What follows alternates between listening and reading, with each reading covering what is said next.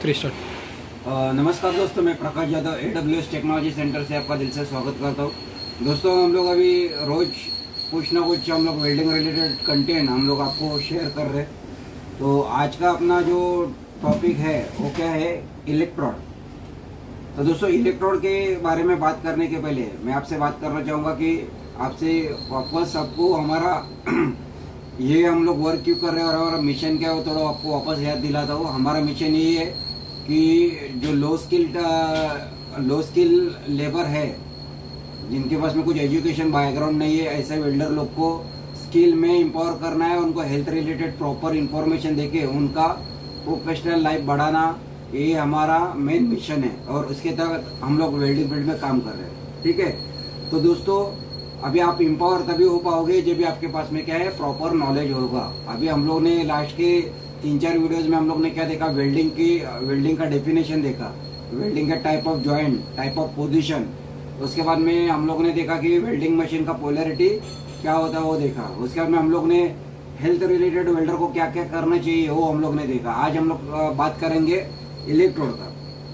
दोस्तों, इलेक्ट्रोड ये क्या है कि वेल्डिंग, जब भी हम लोग SMAW वेल्डिंग का भी समझो बात करेंगे तो SMAW प्रोसेस में इलेक्ट्रोड का काम क्या रहता है, इलेक्ट्रोड का उसमें काम क्या रहता है कि इलेक्ट्रोड को स्ट्राइक करना और जॉब का जो मटेरियल है, बेस मटेरियल है, उसको क्या करना, मेल्ट करना, ये इलेक्ट्रोड का क्या रहता है, काम रहता है। तो दोस्तों अभी इसमें आपको ये मैं दिखाऊँ, ये इलेक्ट्रोड है।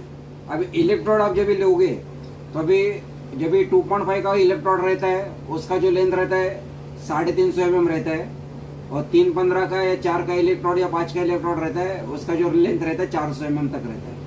इलेक्ट्रोड के एंड में यहाँ पे लिखा हुआ रहता है कि इलेक्ट्रोड जो है उसका नाम और क्या। अभी यहाँ पे देखोगे कि यहाँ पे लिखा है AWS 5.1 E7018।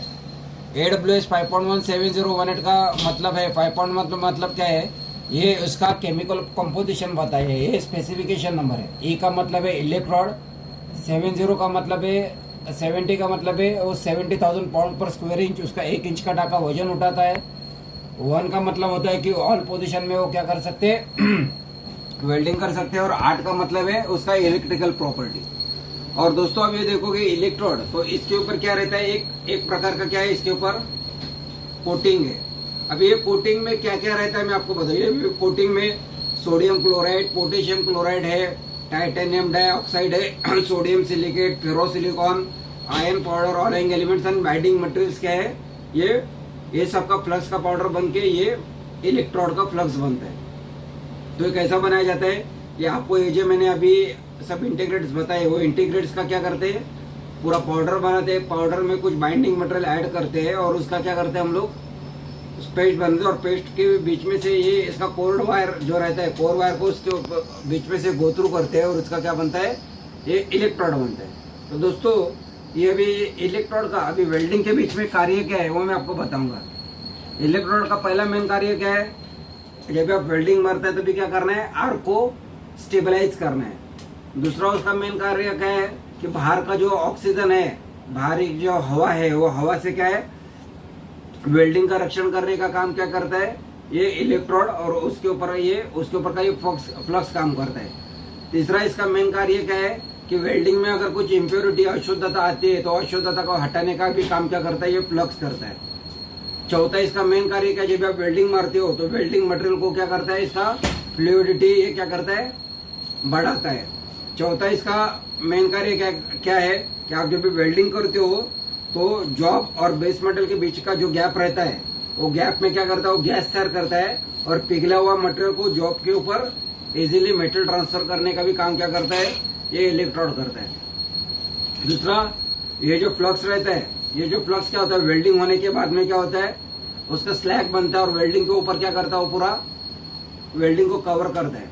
वेल्डिंग को कवर करने की वजह से क्या होता है कि भारी वातावरण से क्या होता है, वेल्डिंग का रक्षण होता है। अगर समझो ये वेल्डिंग मारने के बाद में अगर समझो इसने प्रॉपरली उसको कवर नहीं किया करेंगे तो क्या होगा, वेल्डिंग का टेम्परेचर क्या रहता है, ज्यादा रहता है, और वो ज्यादा टेम्परेचर है और तुरंत अगर समझो ठंडा हो गया कवर न होने की वजह से, तो क्या होगा, वेल्डिंग में क्या हो सकता है, क्रैक आ सकता है। इसलिए जो मटेरियल जो रहता है उसको क्या करता है, पूरा प्रोटेक्शन देने का काम क्या करता है, ये फ्लक्स का काम होता है। दूसरा, इसमें हम लोग ने अगर समझो कुछ अलाइंग एलिमेंट्स वगैरह ऐड किए तो क्या होता है, उसकी वजह से क्या होता है, वेल्डिंग में क्या होता है, वेल्डिंग का क्वालिटी बहुत अच्छा मिलता है, उसका वेल्डेबिलिटी क्या होता है, बहुत सुधरता है। दूसरा क्या है, उसका डिपोजिशन एजेंसी जो रहता है, डिपोजिशन एफिशिएंसी, वो डिपोजिशन एफिशिएंसी ये फ्लक्स के ऊपर वजह से, फ्लक्स के वजह से क्या होता है, डिपोजिशन एफिशिएंसी बढ़ता है। तो ये सब फ्लक्स के क्या है, फायदे। तो अभी हम लोग ने क्या देखा कि ये फ्लक्स का मेन काम क्या है, वो क्या काम करता है और उसमें कौन से इंटीग्रेट्स रहते हैं, वो हम लोग ने देखा। अभी मैं आपको बताऊंगा कि अगर समझो 3 फ्लक्स में ज़्यादा करके 2 mm के, 2.5 के, 3.15 के, 4 के, 5 के और 6.3 के डायमीटर के इलेक्ट्रोड्स आते हैं। तो अभी इसमें अभी 2 mm का इलेक्ट्रोड रहता है तो आप 40 से 60 तक करंट रख सकते हो। 3.15 का रॉड रहेगा तो 90 से 120 तक करंट रख सकते हो। 4 mm का रॉड रहेगा तो 130 से 160 तक करंट रख सकते हो। 5 mm का रॉड रहेगा तो 180 से 220 तक करंट रख सकते हो।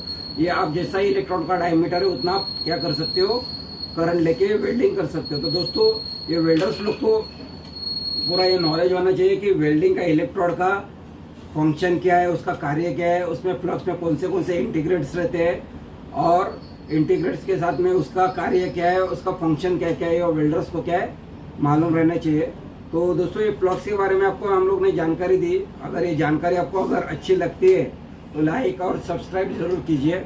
मैं प्रकाश यादव आपसे दिल से स्वागत करता हूँ। ऐसे ही हम लोग आपकी सेवा में कुछ ना कुछ नया मटेरियल लेते आएंगे। Thank you very much.